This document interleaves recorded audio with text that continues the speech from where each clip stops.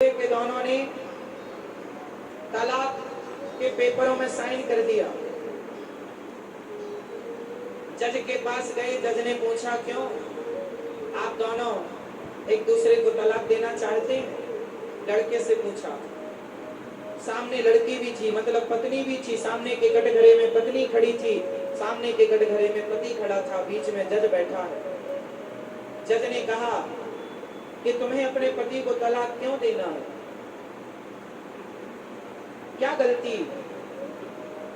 पत्नी ने कहा, जज साहब एक दिल की बात है, मैंने जरा सी गलती की, इन्होंने मेरे गाल में थप्पड़ मार दिया, मारा इन्होंने, जलील किया इन्होंने। जज साहब ने पति से पूछा क्यों, तुमने अपनी पत्नी को मारा है? हाँ जज साहब, मेरे से गलती हो गई, मैंने बहुत बड़ा अपराध कर दिया, अपनी पत्नी को ना चाहकर मेरे हाथ से ये गलती हो गई, अपराध हो गया। मैंने इससे कई बार माफी मांगी, सॉरी कहा, पर इसने कहा नहीं, मैंने तो निर्णय ले लिया है कि मैं आपको तलाक दूंगी।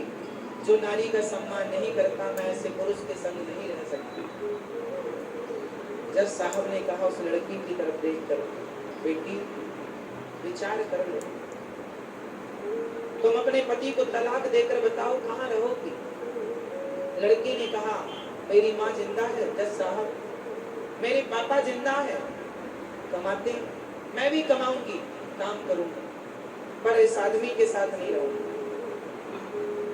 जज साहब ने कहा बेटी, तुम्हारी माँ और तुम्हारे बाप, पिता, तुम्हारे पापा कितने दिन तक तुम्हारा साथ देंगे?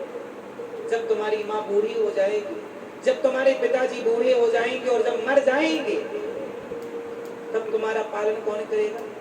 तुम्हारा भाई, तुम्हारी भौजाई। जब बिना बाप के, बिना माँ के तुम उस घर में रहोगी, तुम्हारी भौजाई दिन में 4 ताने मारेगी कि जो अपने पति की ना हो सकी वो हमारी होगी। कितने दिन तुम्हारा भाई तुम्हें रोटी देगा? कितने दिन तुम्हारी भौजाई तुम्हें देगी? क्या वो ताने सुन सकोगी? जब तुम्हारी माँ के मरने के बाद, तुम्हारे बाप के मरने के बाद तुम्हारी भौजाई, तुम्हारी भाभी तुम्हें ताने मारेगी, क्या सह सकोगी? गलती किससे नहीं होती। यदि उसने तुम्हें थप्पड़ मारा है तो लो, मैं कहता हूं तुम भी इसे थप्पड़ मार लो।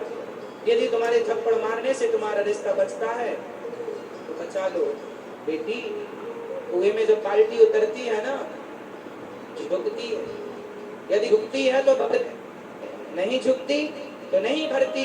गलती पत्नी को हो या गलती पत्नी की हो या